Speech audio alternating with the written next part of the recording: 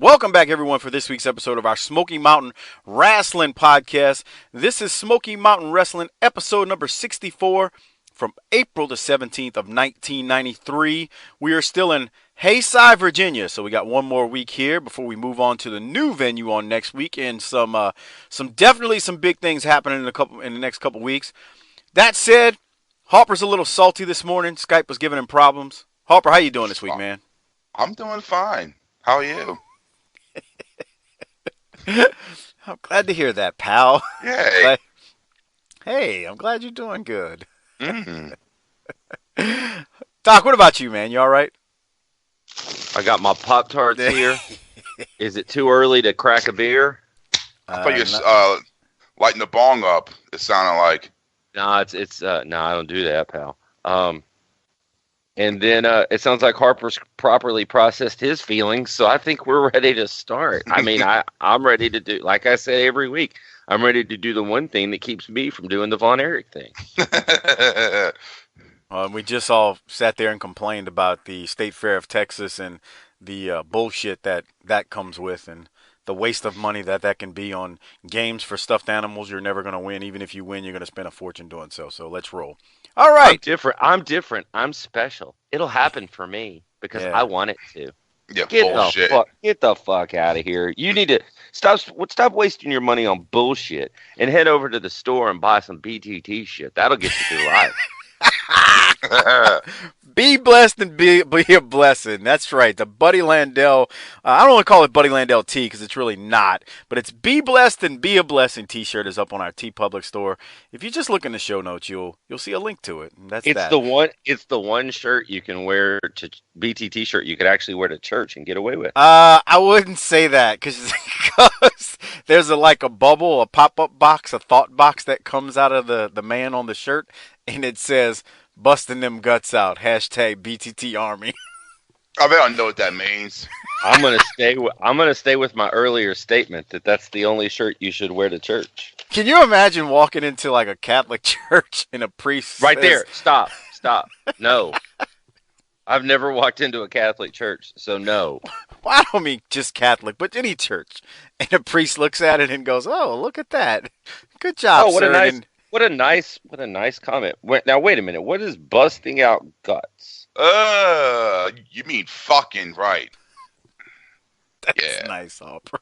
All right, let's get into Smoky Mountain Wrestling from episode 64, April the 17th, 1993. At the very beginning, Dutch's sign says, "I hate Bob." When Bob questions Dutch still says it's nothing. You know what he does. He goes, "It's nothing." Dutch tells us that the Night Stalker will be his guest on Down and Dirty. The Beat the Champ TV title match will be Robbie Eagle versus Bobby Eaton, which Bob throws us right to the ring for this one. Harper, anything from the opening real quick there? Nope. Yeah, me either. Doc, what about you? I just thought Dutch was actually kind of dressed up here. A tie on, button-up shirt. He's looking good, pal. He's dressing for the job he wants. Goddamn, pal. Dressing for the job he wants. That's some self-help shit that you read, too. Yeah. Dress for the job you want. All right. So we go to the first match. It's Bobby Eaton versus Robbie Eagle. Robbie Eagle actually gets some good offense in during the early going with a hip toss and an arm drag, just to name a few of the moves. And then less than 4 minutes into the match, though, Bobby Eaton gets the win. Harper, you first. Any thoughts from the match? No. Me either. That was all I had. Doc, what about you? I thought it was funny because Dutch says he doesn't call corny names and then turned around and called him an egg-sucking dog right after that. That was wonderful, normal Dutch.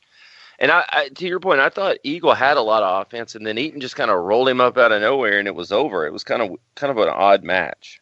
Yeah, it just what I wonder strange. is that I wonder if at this point, Corny is using the short time he has Eaton, more on that later, and Horner to try to get some of the underneath guys like an upcoming friend of the show's debut and Stroh here and other guys some experience while they're here. I would lean toward what you're saying right there, and then Yeah. I think you got a point there because we are going to see throughout Smoky Mountain. We eventually start seeing some of the, I guess you'd call them the enhancement talent, start to become higher level guys. I don't want to call them all top guys, but higher level guys, right, Doc? Yeah, and we're also kind of in a period of slow transition where we're going to, over the next few months, be losing some folks and bringing some new people in. We've done that. I mean, we've lost Orndorff, we've lost Garvin now.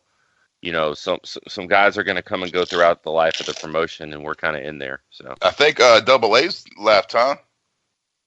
Probably. Yeah. He told you. He said, "I don't know how long this is going to happen. So you better get your ass to the building." Yeah, he. It was a very, very. I don't even call it a run. It was a short, very short appearance. Couple of episodes for him. He said, "You may never see it again, so you better get there while you can." That's right. All right, so after that match, we roll into Jim Cornette and Bobby Eaton, and Bullet Bob Armstrong update. So let's give that a listen. This will tell us where we're at with a few things going on in the promotion right now, and further some things along. So here it is. All right, fans, right here. Wait a minute. A toothpaste across a toothbrush, and I'm begging you to brush them. Please, for all of our sakes, please brush them. Brush them. They can't even find them. Brush your two teeth. Brush your teeth. Yeah, both of them. Brush them twice a day, both of them. Did you get things a little calmer now in the camp? Let me tell you something. Everything's under control. Beautiful Bobby and Dr. Tom and Sweet Stan. Everything's great in the Heavenly Bodies. Bob Armstrong last week, he decreed that Stan Lane and Tom Pritchard were the only ones that could defend the tag team title, but I'm going to appeal that. What do you want? I think we got something else from Commissioner Armstrong that you might want to hear about. I don't want to hear nothing from Commissioner Armstrong. Oh, if you got to do it and get it out of the way. All right, fans, right here. Let's hear this from Commissioner Bob Armstrong. You know, I got big news this week. I had to take off my tie and unbutton my shirt because I've been digging for 6 days, and what I came up with, Jimmy Cornette, you're not going to like this. What I found out, that beautiful Bobby Eaton is still under contract with WCW. He never even told him he was leaving. He just disappeared and showed back up with you, his old boss.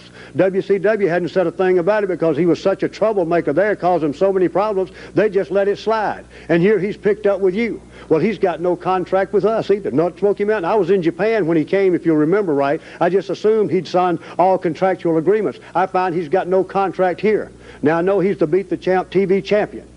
I'm not about to take him to court on that. I know you'd take us right to court on that deal, so I'll tell you what I am going to do instead. When he loses that TV championship, that Beat the Champ championship, he's going to be out of here. It may be next week, it may be a month from now, but when he loses it, he's gone. He can go back to WCW or anywhere he wants to wrestle, but he'll be gone from Smoky Mountain Wrestling as soon as he loses that title. What about that? He'll do anything. He will do anything. Bob Armstrong will do anything to get Jim Cornette in the Heavenly Bodies. Now he comes up with some kind of bogus contract thing. Hey, Bobby Eaton is a member of the Heavenly Bodies Incorporated. His name wasn't on our original charter, but it doesn't make any difference because he's a member of the corporation, and he ought to be allowed to defend the belts. And what's more, there is no way that you can force a man. Yeah, what are you going to exile him to Siberia? The Smoky Mountain lawyers don't see it that way. What's he going to do next? Try to send him to what's that prison out in the middle of the ocean somewhere, the Brock? Send him to Alcatraz? What are you going to do next, Bob Armstrong? He ain't going back to WCW. You can't force him. He got a release from that contract, I know, because my lawyers personally supervised it, and they haven't cheated anybody since that last lawsuit. And I'm going to tell you this, Bob Armstrong, you're treading on thin ice. Like I've said before, I'm going to get you some way, somehow. You're trying to dismantle Jim Cornette and the Heavenly Bodies. You're trying to tear down piece by piece and bit by bit everything that I've worked myself into a frenzy for, and I'm not going to let it happen. And Rock and Roll Express, I know that you're the ones that's putting him up to it because you're scared of us. We're going to embarrass the Rock and Roll Express out of Smoky Mountain Wrestling. Bobby Eaton's not going back to WCW. There's no way. I got him released out of that thing, and we're going to find some way to stop this. All right, fans, we're going to be back. We'll have more action. Woo, it's hot here. We'll be back right after this. All right, Woo, Doc. it's hot here. Woo. You go first, Doc. There's a lot going on here. Does it overall at the high level? I'd say at the meta level, but I don't want to lose everybody, including you two. Jesus Christ, asshole. Does it seem like there's an inordinate amount of court cases and lawsuits and paperwork snafus and these city slickers are coming in here and trying to get us, and by city slickers I mean Bobby Eaton. Everything's a court case. Yeah, injunctions. Yes. Yeah. This is like the fourth one. These people are just distrustful. How does Bob Armstrong keep his job as commissioner if he's got guys that he can't even figure out who's got a contract and who doesn't? Well, the one thing I loved was when I was listening to him, I questioned myself. How come WCW never said, "Hey, what the fuck are you doing?" That's a good question, but we know how they're run, so there you go. And then he responds with, "He was such a troublemaker, they didn't give a shit." Oh, okay. Right. Answer that question. Right. And I was thinking, well, he's been around here for a good while now. Why didn't you do anything? Oh, I was in Japan when all this shit happened. Oh, okay. That answered that question. So he kind of covered his ass. Yeah, he really did. He did a good job of explaining it all. Like, right. So if you're watching it in '93, like, oh, all right, well, I guess you make sense there. I mean, oh, okay.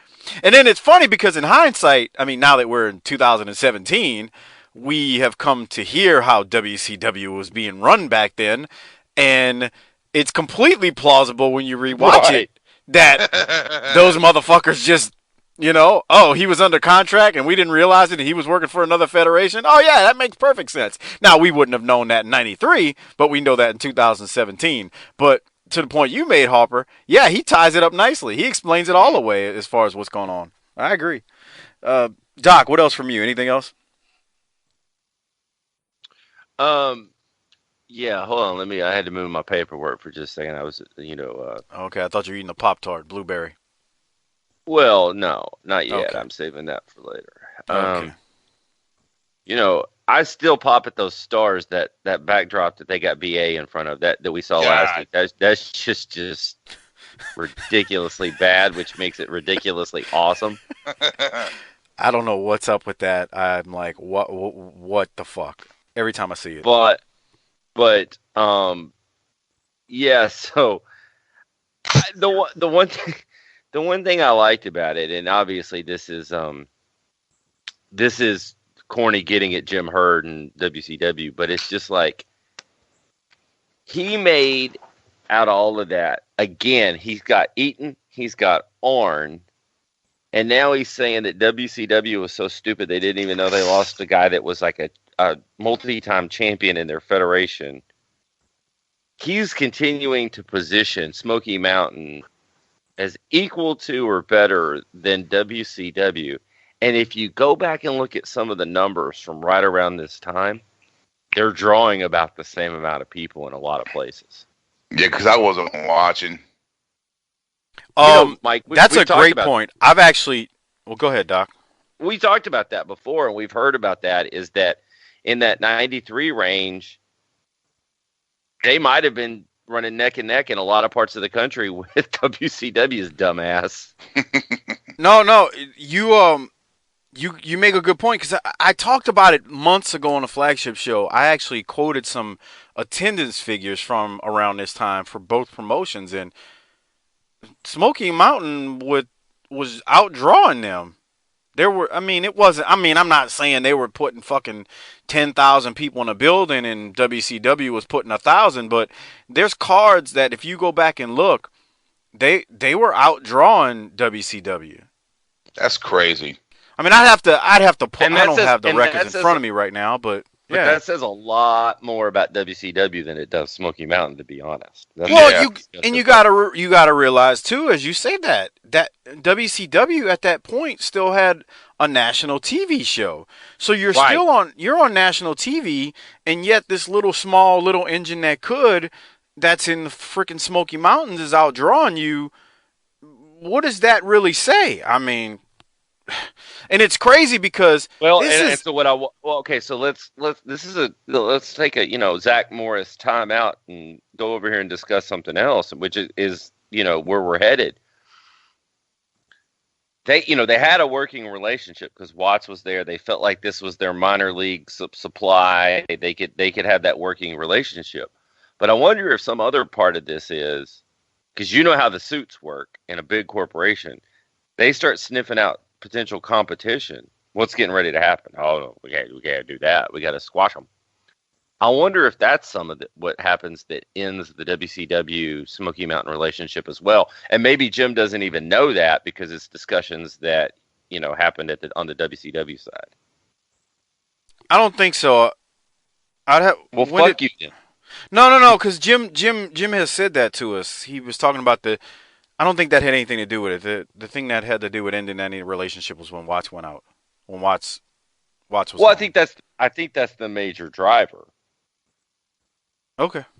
But some bean counters looking at numbers and doing some market research might have been like, holy shit. Okay. All right. So good discussion there. Let's move on though.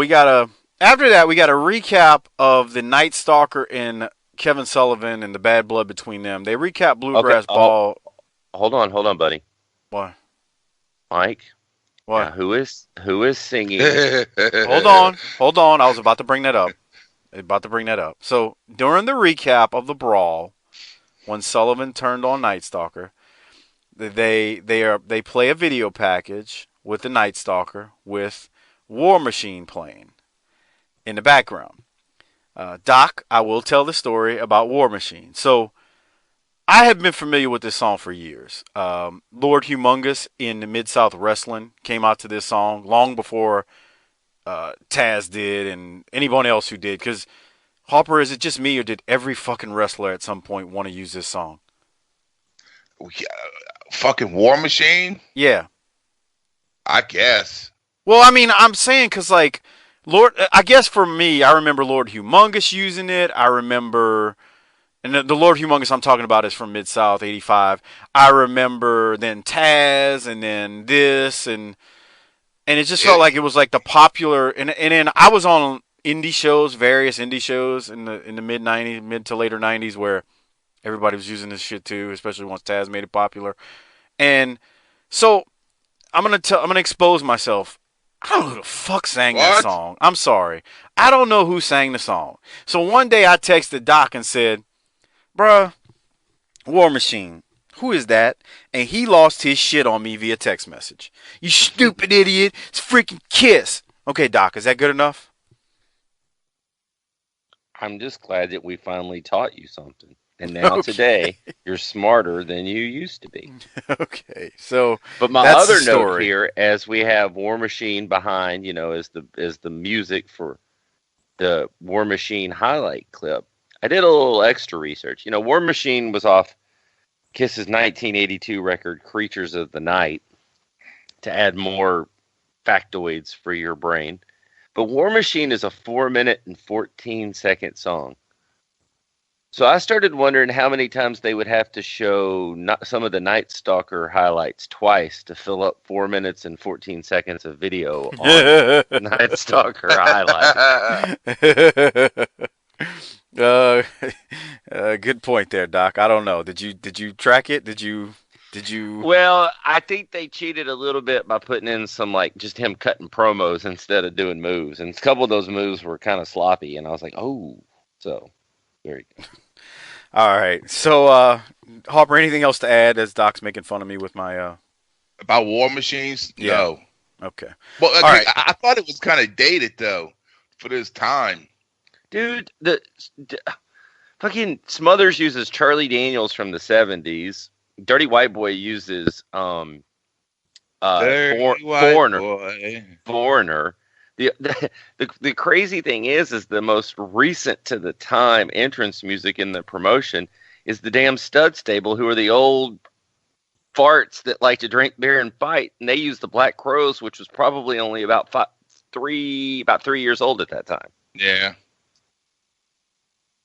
All right, everything else is like at least 20 years old. Now that I got a music lesson, are you all ready to move on? Yeah. Okay. All right. I just remember a couple of months ago when Tom Petty died, and you pulled that shit on me, and a bunch of the Alcoholics came out and told you that Tom Petty mattered. So I always feel like we need to help you along in your so that you can be a well-rounded member of society. First off, I never said anything about Tom Petty bad, so let's move on. next matchup after this recap is Roger Anderson versus Kevin Sullivan. My exact thoughts when I saw this Roger Anderson guy standing in the ring was that Anderson must not have been watching Smoky Mountain the last few months and weeks, because if he was, he would have ran and not just stood there and waited for Sullivan to bludgeon him. He attacked Sullivan. He's fucking crazy after what Sullivan's done the last 7-8 months. That's just me. And then, so anything on that before I talk about the Tazmaniac running out there, Harper? Anything from that? As soon as Sullivan's the fucking music hit, I'm like, oh, this guy's fucked, man. Just leave. Just fucking leave, bro. Seriously. Let's go home. I was thinking to myself, it's kind of like Paul Garner and what's his name? That was in NWA. Garner and Eaton? One of them, Garner or whoever, in the freaking Road Warriors music hits, and they're just standing in the ring lollygagging like a bobblehead doll. It's like, what are you doing? Run. It's like the murderer just got let loose, and he's coming at you with a 9mm weapon, and you're just standing there. Shoot me here in the chest, buddy. Yeah. That's like that old Cedric the Entertainer. White people be like, what's going on? Black people are like, what's up? We got to go. Yeah, just start running. So, okay. The Tazmaniac comes out with Sullivan. Bob Caudle formally tells us that his name is the Tazmaniac, so we now know that, this is his name, because I don't think up until this point they had said that. Match is very short. Anderson does win, but it's only because Sullivan pulls out a pipe and starts whooping his ass. Harper, thoughts from the finish of the match and anything there? He didn't sell the pipe. I don't think he sold that pipe, at all. He probably could have done a better job of selling it. Yeah. Yeah, I agree. He's just kind of sitting there just, Yeah. I agree. I'm with you there. Doc, what about you? Well, this is Roger Anderson's debut, and I noticed he's not a small guy. He's got some size to him, He's got a build. But that's not going to do him that's not going to do him any good in this match. Yeah. What is it about Sullivan and his opponent's arms? Man, he carved up an arm. He's trying to hit one with a damn pipe. So he's going after arms, apparently. And that thing that he's hitting him with doesn't look gimmicked like a Triple H sledgehammer at all. Well, his spike ain't really gimmicked. No. We saw what he did to Kanemura with it, so why does that shock you? It doesn't. Okay. I just want to point it out. All right, cool. And how come no baby faces came out?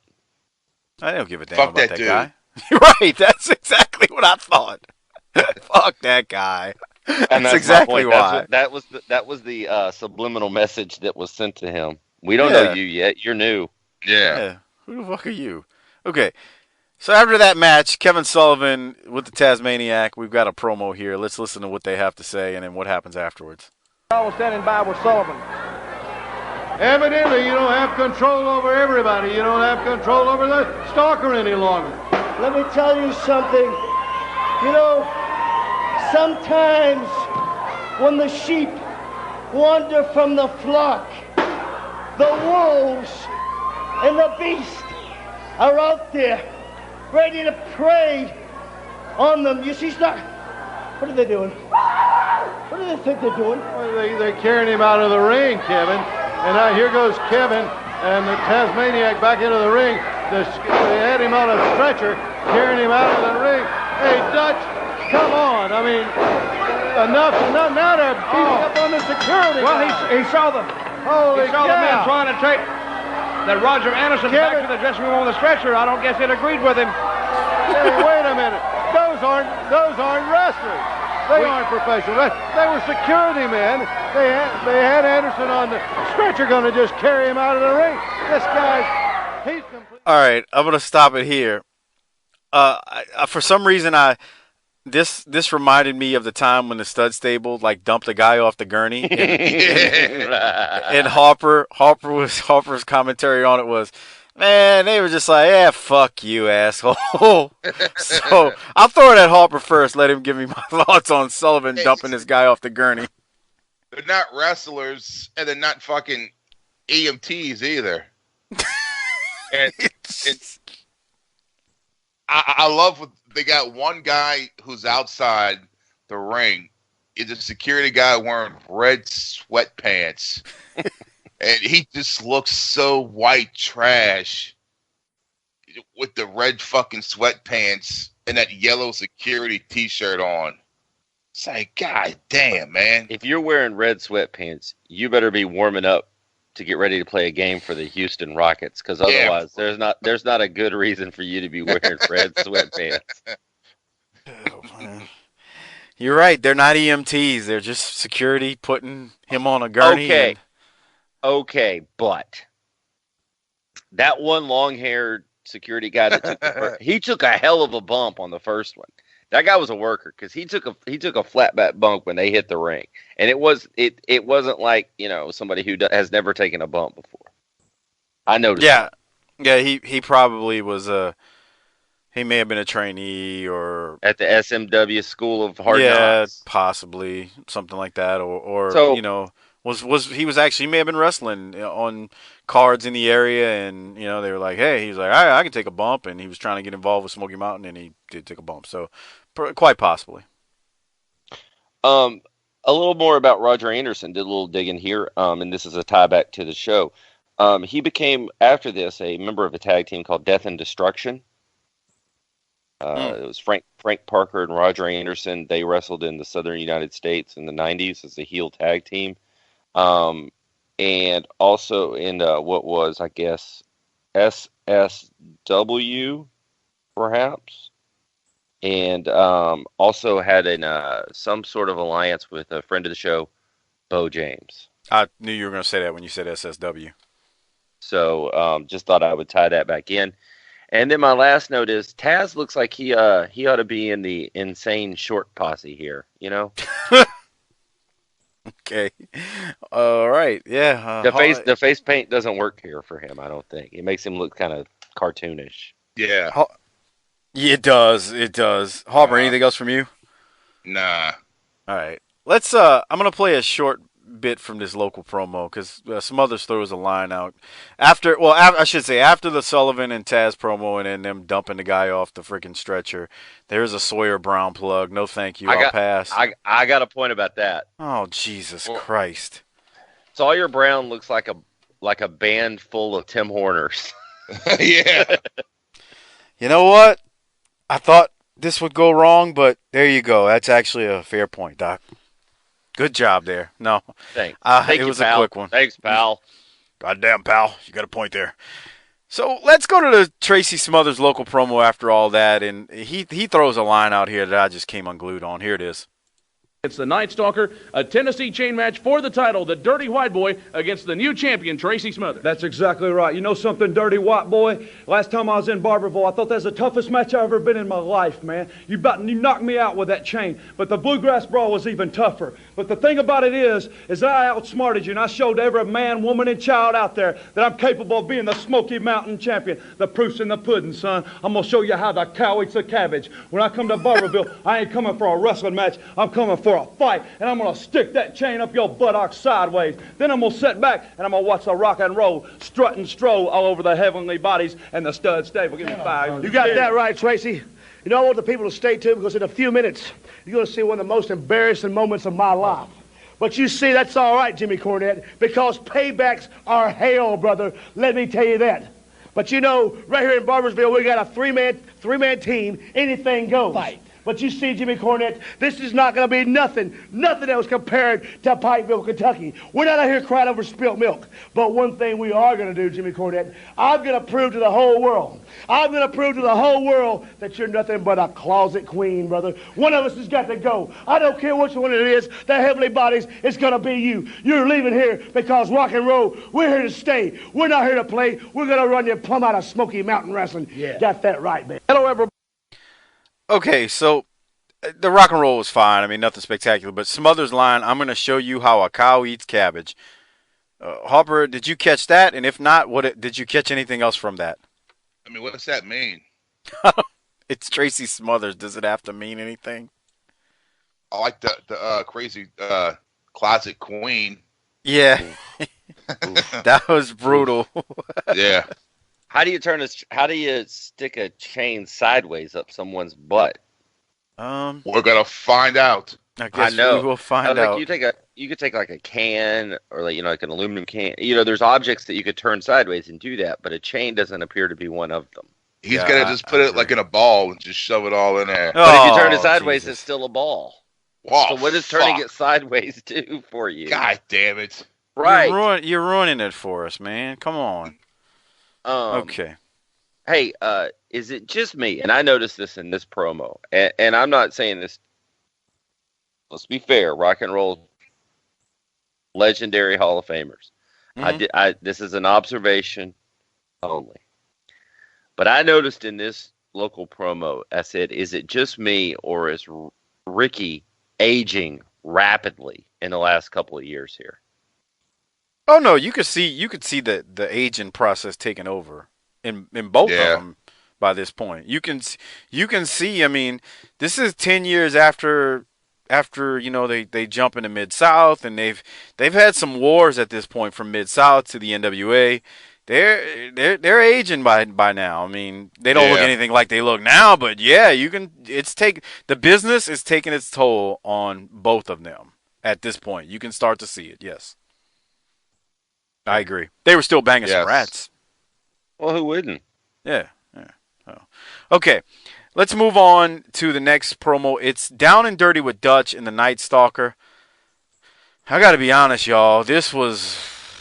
my only... don't play it. My only note on this was Night Stalker needs a manager in the worst way. He needs somebody talking for him. This was just... Oh, that's just when they were like sitting in like the back room or something. I don't know. I don't remember. I watched this a week ago. I don't know. I don't remember, but he just, it's not interesting at all. It's just, like Harper, you said it either last week or the week before that. You like once the whole deal or the gimmick with him ended with Sullivan, he just sounded like a country, like a freaking. You can hear the kind of southern drawl. Yeah. Start to come out. He just was a hillbilly a big, strong hillbilly, and that was it. And that was basically what I saw. And he's doing nothing for me at this point. But we'll see what else happens. All right, so I'm not going to play that. We'll go to the next one. After the Down and Dirty with Dutch, we got a recap of the match at the Bluegrass Brawl with Smothers and Dirty White Boy, and then Smothers promo. So I am playing this. Let's hear what Tracy's got to say. You're damn right you are. When I first came to Smoky Mountain Wrestling just a few months ago, I said I wanted to climb that ladder, climb the great Smoky Mountain on that stairway to heaven and get a shot at that Smoky Mountain heavyweight title. Never in my wildest dreams did I ever think that someone would jump me from behind, cost me to lose the TV title, which I managed to win, and cost me $5,000, and then burn my grandfather's rebel flag, man. Winning and losing wrestling matches is one thing, but that's another. And then after that, he bops me in the head with a chain, man. And then Ron Wright comes out of his chair and cost me to lose the Smoky Mountain heavyweight title, which I promised the people that I'd bring home to him by jumping out of the chair when everybody knows I think he could walk all along anyway. But that's fine and dandy. But April 2nd in Pikeville, Kentucky, the Bluegrass Brawl was the biggest moment of my life. The opportunity meets preparation. Preparation meets opportunity. I was prepared. There was the opportunity. And I come out with a gold. I outsmarted you at your own game in the Tennessee chain match, the one that you were expert in, Dirty White Boy. I got all the respect in the world because that was the toughest match I have ever been in my life. I wrestled every Tom, Dick, and Harry in this sport, from Antonio Inoki to Sting to Big Van Vader to Ginger and Terrible Ted the Wrestling Bear. But you take the cake, big man. I know that you're the toughest opponent. Unbelievable. I cannot sit here and say that was the hardest fight I've ever been in my life. But you know something, man? That's the biggest moment in my life. But I'm in there in a post-match interview, half beat to death with that chain, the new Smoky Mountain heavyweight champion, and you come in and you bust me over the head with a 2x4, and you kick me in the groin, and then you browbeat me and embarrass me on the biggest night of my life, man, with a ball game's not over. You're right. There are some more chain matches, and I'm going to tell you this. Yeah, I'm not an expert in no chain match, but I outsmarted you, and the proof's in the pudding. I showed you how the cow eats a cabbage, white boy. You want to talk about running up there to New York City and fighting some street gang? You got a gang right here, man, because because I'm from Springfield, Tennessee, and I run with a group of guys on my softball team called the Thugs, and that stands for T is for terrible, H is for hurt, U is for ugly, and G is for jail, because a thug can't spell. But one thing we spell very well, and it's pain, and we spell it F-I-S-T. Oh, yeah, I'm stuttering a little bit because I'm mad. This belt means as much to you as the rebel flag my grandfathers meant to me, man. I'm not looking at you. I ain't going east. I'm not going west. I'm coming north and south, and I'm coming right through you, dirty white boy. When I get done with you, they're going to change your name from dirty white boy to dirty white trash. I'm American by birth, and I'm Southern by the grace of God, and the South has risen again. I'll see you in the ring, big boy, anytime, any place. Ladies and gentlemen, Well, Jesus Yeah. Christ. That's good shit, huh? Here's the thing. He stumbled earlier with the preparation meets opportunity and all that kind of stuff. And if it was Horner, he would have just stayed there. But Smothers recovered. And because you know he can recover, and because he did recover, you give him a pass on some stuff, right? well, the stuttering. Here's the thing about stuttering in a promo when you're angry like that. It actually makes perfect sense because you're gonna sometimes you stutter when you're fucking angry, or sometimes you lose what you're trying to say when you're angry because you're angry. So you're an emotional being and you're just rattling off things off the top of your head, and sometimes you get lost. I mean, that part made perfect sense. I was fine with that. Horner just stumbles just to stumble. He's just a stumbler. That's just his, that's just his gimmick. I don't want to spend the time here on Horner. Right. This is the first time, but not the last time, we're going to hear the term thugs. And just because he stumbled over that, it's T is for terrible, H is for hell. Hurt. Right? He said hurt. He said I know, hurt. but later U is for ugly and G is for jail because a thug can't spell. Dude, the first time I heard that, I came on. That shit is awesome. I want to go play on that softball team, dude. Yeah. Harper, you need to ask Tracy about that next time you see him. How do you spell thug, Tracy? Oh, hey, Harper. He's going to do this promo. Right. While he's taking a piss. All right, inside joke there. Oh, boy. And so that right there is just that you will see thugs if you're I don't want to spoil things, but if you're uninitiated to the rest of Smoky Mountain, thugs will become a big player in a year, or I don't know exactly when, but down the line, and let's just say. So that's not gone, and it's an important historical piece that's where that was introduced. I also really liked when he said, "When I'm done with you, you'll be dirty white trash." I thought that was effective too. But I mean, shit, the highlight here is the thugs piece. That shit is awesome. Yeah, I agree. Yeah. All right, Harper, anything else before we move to the next match? Oh, but I think it'll be cool to find out like this whole softball team was and get a jersey made for when he comes to a show and fucking wear that. Doesn't he have those T-shirts, those thug T-shirts? I think I've seen them. The rebel flag one. Flags are probably easier to transport. Okay. I thought he had a shirt that has thug on it like that. I'll have to look, but oh man, that was good stuff. After Tracy is Mike Sampson versus Dirty White Boy. Dirty White Boy wins this match with ease in a couple of minutes. He just beats Sampson's ass. And then he insults the man further by hanging him over the top rope as we go to commercial. Doc, your thoughts on this?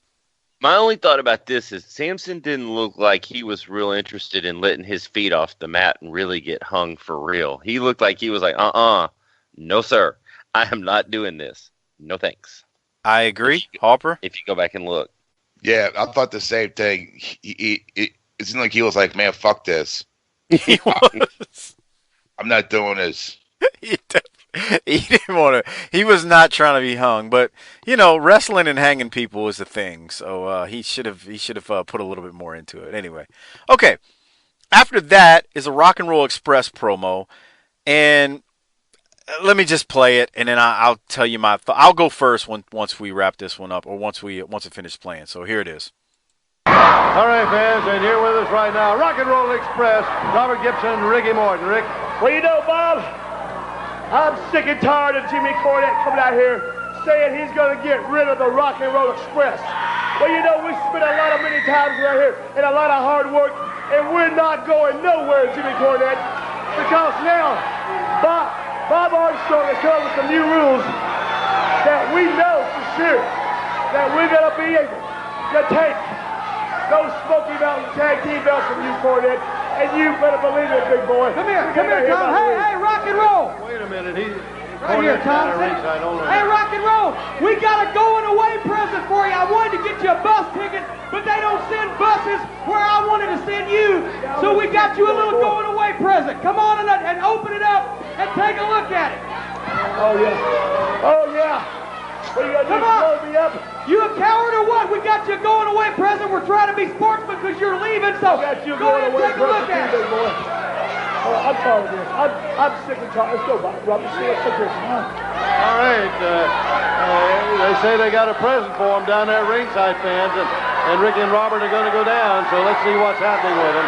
Cornette's got a big box right there on the apron. They threw powder right into the face of Robert Gibson. They got Gibson blinded. Cornette from behind with that tennis racket. Here comes Bobby Eaton and Stan Lane. All three of the Heavenly Bodies and Cornette now attacking the Rock and Roll. Cornette with a big racket right into the midsection of Gibson. Gibson can't see. Dutch, they got powder right into the eyes of Gibson. They got him blinded. They beating up on him while they got Morton down. Okay, what's going on? They got Bob, Morton I stepped away from the table. I'm letting it play for a reason. What? Cornette pouring, he's pouring something all over Morton, and I don't know what the heck it is. Wait a minute. What's he got now? He's tarring feathering him. Oh, he's putting feathers all over him. He's tarring and feathering him, Dutch. I can't believe he's doing that. All over him. My heavens. Well, we said bad blood. Hey, there's a lot of bad blood running in Smoky Mountain Wrestling. Now, I wouldn't go out there and help him, but hey, it's none of my business, you know, and I don't like either one of these teams. I hope they go ahead and annihilate each other. And threw the box right down on him, and he is completely covered from head to toe with feathers. And here comes primetime Brian Lee, Tracy Smothers, and the Heavenly Bodies make a quick exit. There you get a good look at tar and feathered Ricky Morton. Dutch, he looks like a big chicken. He looks like a big chicken. They said they were going to embarrass him and send him right out of Smoky Mountain Wrestling. That's exactly what all he's got to do right now is say cock-a-doodle-doo, and he'd be a bona fide chicken. Fans, we'll be back. My heavens, let's take this time out. So here's my thing. I've seen this a million times in wrestling. It wasn't a surprise that it wasn't as much of a surprise. I remember when they did this in Mid-South a few times in various different ways, but basically Cornette baits the Rock and Roll Express again, and then they tar and feather Ricky. After Morton is full of feathers, the faces may come out to make the save. Doc, how many showers did Morton need to take? And Harper, you too. How many showers did Ricky Morton have to take to get all that off of him? Not as many as you think, because I have a talking point about that. Oh, okay. Well, go ahead. What are your thoughts on this? It's a question for the group. I'm going to open it up for the groups. First of all, powder was involved, and you know I love the powders. Yes. I'm no road construction crew, but since when is tar clear? My opinion is that was honey. Yeah. Honey or... That's what I was thinking. I think it was actually that Cairo syrup stuff. Whatever. So the question becomes, how hard is it to wash? Now, I'm not saying it's easy. I'd rather, it's not like just going in and washing your hands, but it's probably not the same as trying to remove tar from your skin, which at some point when it was tried back in the old days, when they did it for real, probably hurt like fuck. So, you think? However hard it is to get syrup or honey, I mean, you could probably go do that experiment on your own time, but and I'm fine with it. I don't care because the term works even if it's not actual tar. So I was good with it no matter what. Yeah. I was. Harper, what were your thoughts on this? I was thinking when this show was over with, someone had to clean that shit up. I thought that too. That's proof you're getting older. And I was thinking, bro, that's the first thing I thought was, man, I'm glad I didn't have to clean that shit up. Because that syrup on that fucking gym floor, Yeah. bruh. It took a lot of hot water and mopping to get that shit up off that court. Man, yeah, that was a mess. God. I've seen it worse at the Iris McNeil home where they did the Mid-South tapings. They did that to JYD. Who the hell did Butch Reed do that? I think it was JYD.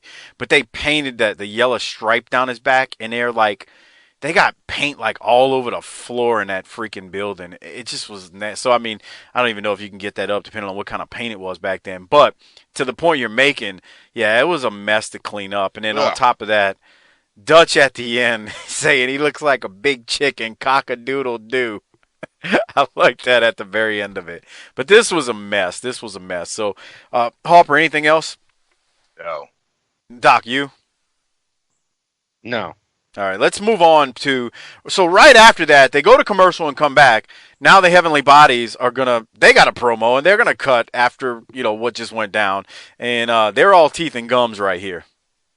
I've seen some pretty low things. I've never seen you even begin to stoop that low. Hey, I don't mean to say that anybody around Smoky Mountain Wrestling is chicken, and I always did think that Ricky Morton and Robert Gibson were for the birds, but it looks like that I'm going to have to come out here and and start crowing about this thing because the Rock and Roll Express aren't all they were quacked up to be. Let me tell you something, Ricky Morton. I told you we would embarrass you and humiliate you out of Smoky Mountain Wrestling one way or the other. And that's exactly what we did, brother. Now all these people, they can chant rock and roll all they want to. But the bottom line is we did what we said. We embarrassed him so bad, he'll never want to show his face again. You see, we didn't just think of this by accident. Ricky Morton, you think back. If you're not old enough, then, brother, you ask your old granddaddy.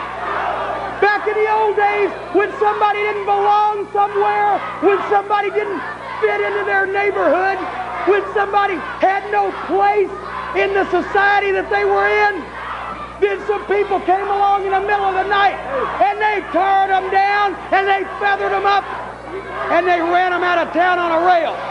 Well, brother, it looks like Jim Cornette and the Heavenly Bodies are going to have to straighten out some situations. And if we have to use some old medicine, that's exactly what we're going to do, brother. So you may look like Big Bird now, but we got you out of our hair. And believe me, I've read my history books, and I got a few other old tricks up my sleeve that ought to be brought back to modern day. Because, brother, we have only just begun, Bob Armstrong. You're going to feel the wrath. The Rock and Roll Express have already felt it. The Stud Stable will feel it. And furthermore, anybody who tries to challenge the... What? Now, wait a minute. Now, where are you going? Here comes the Stud Stable. I thought you wanted them to feel it. First of all, you've hit me with that racket your last time, boy. You come out here and you've made fools out of everybody here, including yourself. If you guys are such champions that you call yourself Stan Lane and Tom Pritchard, you got any guts? You want to defend them belts? Me and the Stud Stable here want them belts. Get in the ring now, boys, and defend it. Come on. He can't talk to us like no drunk alcoholic redneck is going to talk to us like that. He won the title match. Let's go get them. We'll finish them off too. Let's go take them anyway. We'll finish them off too. The belts are up. We're going to finish those two old drunks too. All right, there they go. All right, so, Doc, I'll throw it to you first. This leads to a match. We'll get to that in a minute. But the promo-wise, thoughts? I got a lot here, too, I think. A couple of things I wanted to ask you guys if you thought so. So, first of all, as a black man, Mike, how did Corny comparing their tactics to the KKK make you feel? Okay, Doc, you're so fucking funny. That was a strange promo. He went there, but fuck ever, man. It's wrestling. Why not? It's wrestling. I mean, yeah, fuck it. It's like, okay. I don't want to go off. Here's the thing. if we're talking about a job, we're talking about pay, we're talking about, not getting your ass whooped just because you're a certain color when you get pulled over by the cops. I'm for everybody being equal. But if we're talking about wrestling promos and that offended you, black ass, then I'm sorry. Well, no, I'm glad you brought that up because recently on the YouTube channel, I put up a bunch of old Mid-South clips like months and months ago, and there's the angle with DiBiase and Ric Flair, and before that angle really kicks off, as a part of it, Butch Reed is involved with it, and fucking Flair calls Reed a boy, and he's really derogatory towards Reed in this angle before DiBiase beats up with Flair for the NWA World Title in Mid-South.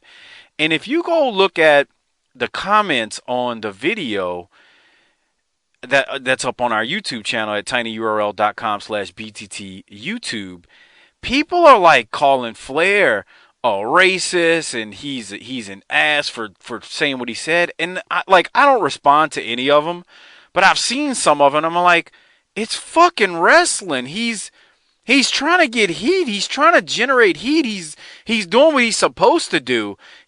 What he's doing is no different than what Steve Austin did to Nelly in The Longest Yard. Now, whether you want to believe Steve Austin to be a racist or not is another thing. That's another discussion. But the point being is, he's just getting heat. That's what he's doing. His freaking job. Separate the work from real life. I'm much more inclined and willing to go there with you. If you think there's a better than zero chance that Ric Flair's a racist because he showed up at Mike Huckabee political rallies, then I am something he said in a wrestling promo. Well, see, stop bringing politics into it. I'm not talking about right or wrong here. I'm just saying you got to separate the work from real life. People. My point is, and I think Harper agrees with this too because he does it with Wildcat on commentary all the time. Is you make derogatory statements. Now, you might not push the envelope that far in 2017, Harper, but you say things that are racy, so to say. You say things that are edgy because you're trying to get a rise out of your audience, not because you're trying to be racist. You're doing it to generate heat, and that's all Corny was doing here. I mean, he's not trying to especially if you listen to Corny now, he's probably one of the more he is. Well, I don't want to get political, but he is not. He's clearly not racist to me. Let me say that. I don't believe so. But anyway. We went down the path, but go ahead. Corny is, in my opinion, has really in the last few weeks and going forward really hit a stride with this feud, and he's cutting awesome promo. I mean, come on, it's Corny, so it's never bad.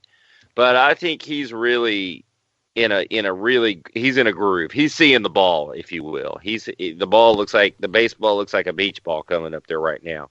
He's really, really in a stride.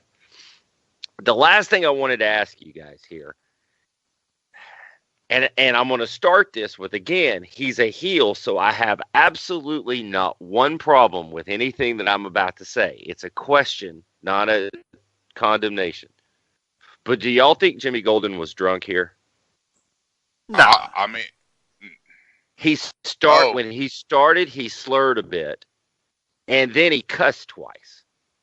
And that's a guy who's been around long enough that he might drop one for effect. But the second cuss word on top of what I thought might be some slurring was like, I wonder if he knew he was cutting promos and had already hit his six-pack or whatever. And again, their reputation in our mind is beer drinking badasses. So if he's drunk, I don't give a shit. I'm just asking. Go ahead, Harper. I'll let you go first. I don't think he was drunk. Okay. Like I said, I don't care. I'm probably drunk right now. I don't know. Well, it's too early in the morning for me to be drinking Hennessy, so I ain't drunk yet, but I don't think he was drunk. What were you about to say, Harper? You think he was drunk, Mike? No. Can you play it back? Can you play it back? Listen to play it back. Listen to his first incoming statements. It kind of sound kind of slurry, and I don't know. I'm just asking. I don't care. Let me see if I can get back to. Yeah, we'll talk about things while you're doing that. But for him to cuss twice, they could cuss once for effect on Smoky Mountain TV because you can say those kind of things, but he did it twice. So hold on. All right. I don't have a. I mean, I don't have a timestamp for when he like chimes in and hits the scene. That's the biggest problem. Trying to find like when he comes in. Oh, here it is. I thought you wanted them to feel it. First of all, you've hit me with that racket your last time, boy. You come out here and you've made fools out of everybody here, including yourself. If you guys are such champions that you call yourself Stan Lane and Tom Pritchard, you got any guts, you want to defend them belts? Me and the stud stable here want them belts. Get in the ring now, boys, and defend it. Come on. He can't talk to us like no drunk alcoholic redneck. He's gonna. I don't think he's drunk. I'm going to tell you why.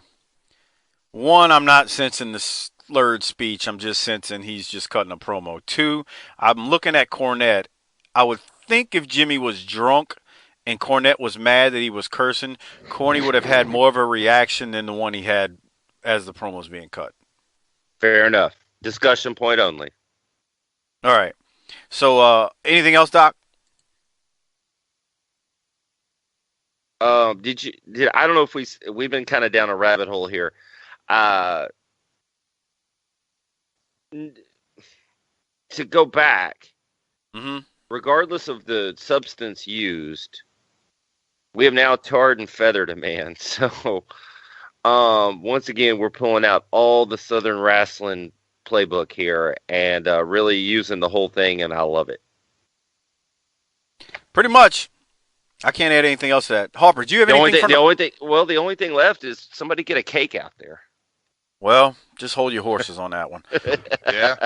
Yeah, just. I mean, I'm not saying it's coming next week, but of course, it was done in Mid-South. You think Corny's not going to do it at Smoky Mountain? Come on, Harper. Anything? Did you have anything else from the promo as far as Jimmy Golden or anything else Doc said? Nah. All right. After Corny, I did have one thing. Cornette basically told Bullet Bob Armstrong to go fuck himself in that promo, but that was we started talking about a bunch of other stuff. After the promo, the Stud Stable and the Heavenly Bodies head to the ring. It starts out with a four-way, it's all four of them. Turns into a tag match for a minute or two, but then it's like screw it. There's too much bad blood. Dutch, Eaton, and everyone else is involved, and the match is thrown out as a double DQ. Doc, a few weeks ago, or maybe a week ago, you said you thought that was the end of the Stud Stable. I think this is the end right here. I think they're done, and let's pour out a little liquor for the Stud Stable at this point, because I think this is it. I'm not 100% sure, and I've said that a few times, but I think this is it.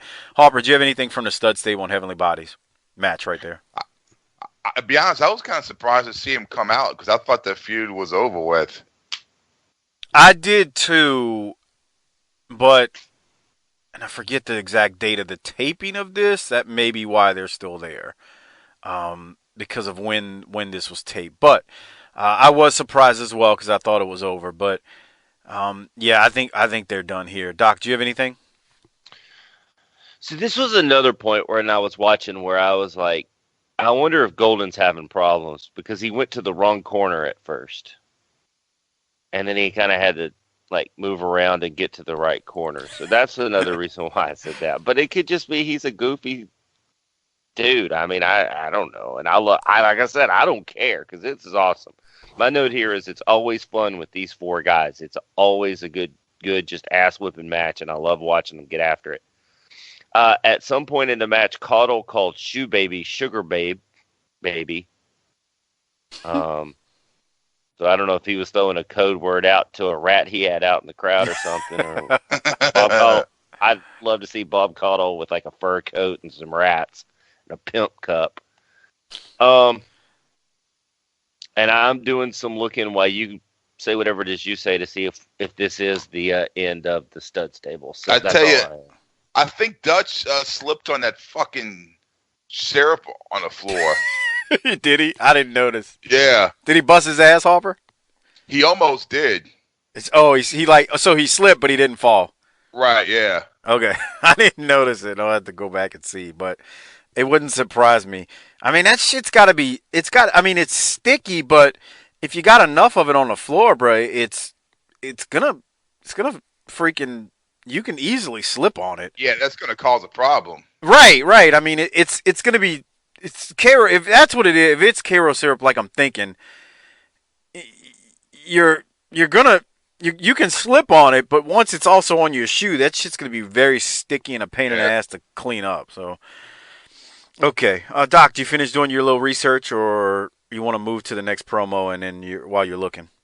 I don't see him in the future, so this may be their last appearance. I think I'm almost certain it is because I remember watching this the first time and thinking to myself, "Damn, I'm kind of depressed." This makes me sadder. This makes me sadder than it probably should, and in real life, and is to be a much bigger loss overall than even the Orndorff or the Garvin or when the Koloffs left or the Fantastics, because these guys.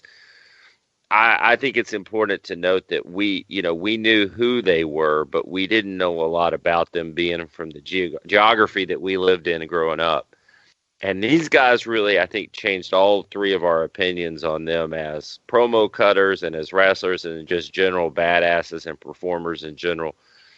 So again, like you said, tip your glass to the stud stable. That was an awesome run, and it really did change our opinion of them. They're underrated. To me, yeah. By people who don't know, they're underrated. If your only if your only recall of them is WCW, Bunkhouse Buck, and Colonel Parker, you're missing out on these two. And the other thing is that Corny has said he thought he was winding up Golden's career, and this run helped him get jobs in WCW where he made more money than he'd ever made before. He got a 6-figure salary on WCW TV and as a booker for a little while, but very underrated. Hopper, do you have anything else? Well, this was the end. This is when they went over there, right? Yeah. Yeah. That sucks. It does. Don't worry though. Corny was good at replenishing the cupboard, so to say, in Smoky Mountain. So let's keep moving though. After that and the stud stable going away, we have a Rock and Roll Express. We have this local promo first, but I'm going to play the Rock and Roll Express one since the local one would break it up. So let's hear from the Rock and Roll and Ricky being tarred and feathered. All right, fans, with Rock and Roll and Rick, they said they were going to embarrass you. They were going to get you out of the Smoky Mountain. If they had to, they were going to embarrass you right out of the Smoky Mountain Wrestling. Well, Bob, to some people this might seem funny, but to me, it's a very little sticky situation right now. But I swear to God Almighty that one of us, Rock and Roll Express, or the Heavenly Bodies, is going to leave Smoky Mountain Wrestling. And by God, it's not going to be the Rock and Roll Express. Jimmy Cornette, you might embarrass me this time, baby, because it's one of the most embarrassing times of my life. But one damn thing about it is, boy, I'm going to kick your big fat ass all over Smoky Mountain Wrestling because you're up here. Fans, that's going to wrap it up for this week. See you next week, and until then. But it was dropping a lot of curse words on this episode. That's Harper, what I hear. Oh, go ahead. I was going to tell Harper, go ahead and go first. Get pissed, man. Yeah, they pissed. Fuck you, bro. I love when he's standing there and it's in his hair. Right. It looks like someone from, I don't know, like from Cats or something. He looks so stupid standing there. Yeah. You know what else hit me when he's standing there? Besides the cursing, and I'll throw it to Doc in a second, is did they do rock, paper, scissors in the back with who was going to get tarred and feathered? Could you imagine Gibson getting tarred and feathered with all that hair he's got on his body? It might have been a little bit harder to clean off of him. Well, he can't talk, so it wouldn't That's true. got it over as much. That's true. Sorry at the eye of Gibson if you heard that, but yeah. Doc, what about you? What did you have from that? Well, I think he looks like a horse's ass, a bird's ass standing there, which is exactly what you want because now he's fired up and he's going to get revenge. Right. I wonder which got more calls to the TV stations. Four cuss words in 49 minutes or a KKK reference, and then I think you know the answer to that. Probably the curse words, but yeah, whatever. So I guess it's time to move to disability checks, huh? Or did y'all want to do the corny local promo? I didn't have any notes. I thought it was a rehash of other things. I did too. Harper, what about you? Yeah, I thought the same thing. Yep. All right. Let's do disability checks. Doc, can you go first this time? I can, and I don't mind doing so. And part of this is that I thought this was a sneaky good episode. Meaning, when I got done, I usually write down an initial number, and then I go back through my notes and see if I need to, if I got that right. And when I went back through my notes, I actually bumped it up a little bit because I thought it was like I said, it's sneaky good. So hopefully I gave you enough time to come up with your number because we know you didn't do any kind of preparation like that. Yeah, okay. I'm going to give this a 7.9. Somebody got tarred and feathered. The Thugs. Stud's last appearance. Lots of cussing and fire and heat. 7.9. Okay, I gave it a 7.75. I had it written down before you, but I felt the same thing. Sneaky good. The tarred and feather is the thing that got me. And I mean, you had the thing that killed this episode. One, they didn't have Tim Horner, which was a good thing. That down and dirty segment was just bad with the Night Stalker, and it should have been down and drizzling dirty. That actually, in as far as the Tim Horner Award at Thin Man Within, who gave me that suggestion, Mark, thank you, man. But it's not going to go to Tim Horner this week. It's going to go to the Night Stalker from Down and Dirty, in my opinion. Harper, what did you give it disability check wise? I got an 8. And okay. Yeah, that fucking promo with fucking Night Stalker was bad, but that fucking tar and feather shit, that shit got me. It was funny. It was funny. Yeah. All right. Hey, I want to remind everyone to become a patron. Please consider it. tinyurl.com/BTT patron. Best way to do it, just go check the show notes for the links or just type it in your web browser, tinyurl.com/BTT patron. Sign up. You get access to the World Class Championship Wrestling episodes and all the other patron episodes that are up online. Thank the Hall of Fame patrons at JShiny21, at Natural Hacksaw, at Thin Man Within, Slider91 US, Justin Rasmussen, at ShepDaddy32, at USC 49ers Dodger, at Gerald Green III, at T-Hog94, at SV Padgem, at Martin Howell 71, at Tim Moretti, at Coleman822, at Godbold Unreal, and at Unconvinced Ray. Thanks for being Hall of Fame patrons. Again, it's tinyurl.com/BTC patron. It's a great way to support the show on an ongoing basis and get access to all of our patron-only episodes and a chance to come on the show and chat it up with me a little bit. All right, let's do the Government Cheese Award. I'll go first. I mean, how do you not give it to Ricky Morton getting tarred and feathered? So, I mean, we've talked about it ad nauseum, but I'm going to leave it at that. Doc, you want to go next? Man, I really wanted to give it to Tracy Smothers for popping that Thugs line out for the first time.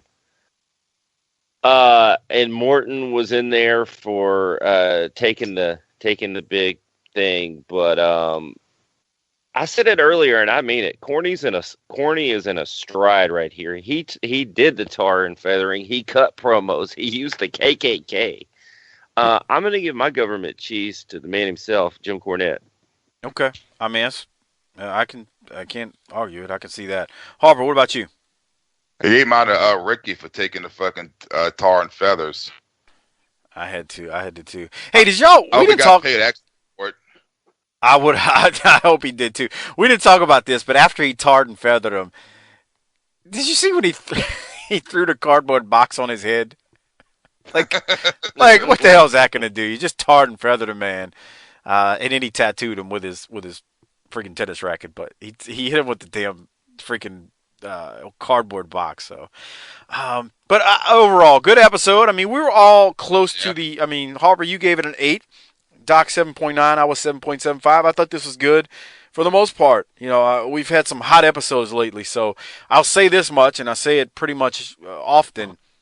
If you go back to episodes 1, 2, 3, and 4, and then you look at this might not have been a perfect 10, but damn, when you think back from where this promotion has come, it's come a long way, and it's going to continue to get better. So next week, though, we've got a debut of a friend of the show who's on there. We've got actually 2 debuts on next week's episode, so we're going to get to that. We're going to record it now. Fortunately, you'll have to wait till next Saturday on the YouTube channel or Sunday if you download it on your app of choice. So, Doc, anything else before we get out of here? Not a damn thing. All right, I want to remind everyone, please use the Amazon referral link, tinyurl.com/bttamazon. It's a great way to support the show on an ongoing basis as far as it doesn't cost you anything extra. So give it to your wives, give it to your girlfriends. Please use it. tinyurl.com/bttamazon. The holidays are coming. Buy your Christmas gifts on there. It really does help, and I'd appreciate it. Hey, and, here's the thing. What's thing. That? If you don't give it to your wife or girlfriend, Harper will, if you know what I mean. Yeah, bitch. That's real classy, Hoffer. Go to our Facebook page, facebook.com/bookingtheterritory. Hit the like button, and then after you've hit the like button, click the shop now button and go buy some pro wrestling tees from our t-shirt store. Again, our TeePublic store link is in the links in the show notes. So that's there with the Be Blessed and Be a Blessing shirt. I get questions about the Ron Wright shirt. That's in the show notes links as well. So check it out and support the show. That is another way to support the show. Pick up a couple of t-shirts for your wives and girlfriends. Why don't you give a Be Blessed and Be Blessing shirt to your wife or girlfriend and let them walk around with that. They do it as a gag gift, you know. Doc, maybe we should get that for our wives.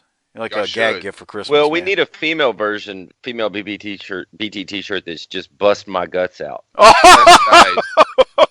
that's nice. Offer. That's real classy. That's very, very classy. Lastly, before Harper tells us, or BTT busted my guts out. I actually like that. That's a great idea. That's actually a real good idea. That's a good one. That's what I do. I named this show. I came up with Smoky Mountain. I came up with the NWA idea. I do everything around here. Yeah, I bet you do, pal. Goddamn, pal. BTT busted my guts out for the women in the world. Great one. That's awesome. All right. Hey, check out my friends from the Wrestling Podcast About Nothing, Kingpin, Brian Malonis, and Mike Crockett. On Monday and Thursdays. Just search the WPAN wherever you get your podcast from. They do 2 shows a week. They're doing a lot more classic stuff these days, so shout out to those guys. And I think that's it. 5-star reviews on iTunes. If you haven't already done so, we could appreciate it. We're actually up to 124 as we speak, Doc. So we not only set the bar at 105 for a bonus show, but now we're at 124. So keep those coming. 5-star reviews on iTunes. We'd really appreciate it. Stop now and at the end of this show and write up something nice and hit the 5-star. That's it. We're getting out of here. Harper, hit the tagline. Let's go do episode 65. Fuck it, bitch.